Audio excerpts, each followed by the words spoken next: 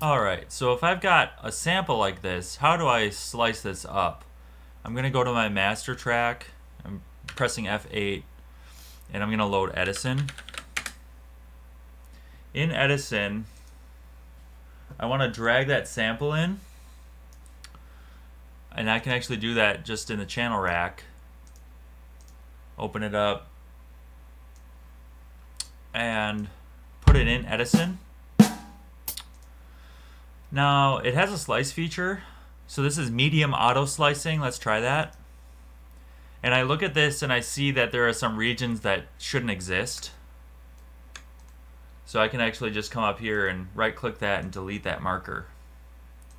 Now what I want to do is I want to rename these based on what they are. So I know I've got kick, snare.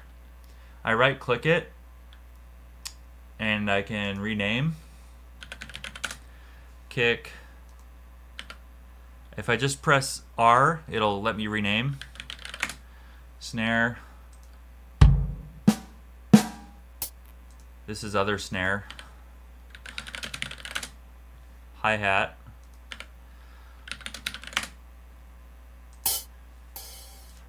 This is open hat. It looks like we missed a marker here. If I select that and I press this, I can do add marker. And I can name that. I'll call that open hat long. There, now I've got a new section. So that's helpful. I can double click to quit selecting stuff. Now that I've got everything labeled, I can actually just do File, Export Regions. And I'd probably just save for sampler use. And find the folder that you want to put this in. Now, if you kind of dislike the way that it goes to the wrong folder when you do save as, you can hit a favorites, and you can say add this folder to favorites. And then every time you do that, you can change that. So like now I could add this, and then it'll just be nearby in my favorites. It's a lot faster that way. Okay. For the file name, it doesn't really matter. It's actually going to export everything you just did. So what I'm going to do is I'm going to say FPC default, because that's what it is. And then I'll show you what I renamed all those as. Open up a file explorer, and on the desktop I had that samples folder. Hey, check that out. FPC default, crash, hi-hat, kick. These are all separate now. I just showed you the manual renaming technique, but I want to show you an unbelievable feature that Edison has. You can do auto rename. It'll try to figure out what they are. Sometimes the toms are interpreted as kicks, so that's a little problematic. But if I go regions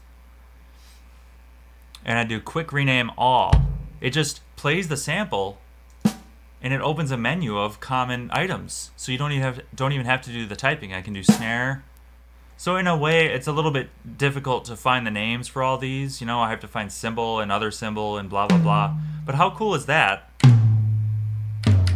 That it plays the sound for you, and then you can just grab a name from the menu. It's pretty neat. Another thing you can do once these are split up is if you double click a marker, you can say send to playlist as audio clip, and it'll just send it out there. So that's a good way to get your slices into the playlist. But next I'm going to show you how to, if you wanted, take your original sample that's in the playlist and chop it right in the playlist. And then you can just drag those around if that's what you wanted to do, instead of saving these chops to files like I showed you how to do earlier. Let's say in your playlist though, and you want to chop this, so you can just drag it around in your playlist. Come in here, press chop, do medium or dull auto slicing. And then you'll have to kind of go through and make sure it hit all the transients and created separate samples. Right here it didn't create a separate sample because that's a pretty quiet spot. So if I press C, C opens my chopper like that, and I press Alt and I can chop wherever I want. I just drag in right there. Now I've got a separate sample. Now that those are separate entities, I can press Shift and drag those around to where I want them in my track. So yeah, this is a quick way to get your samples isolated whenever you want to drag those around your project.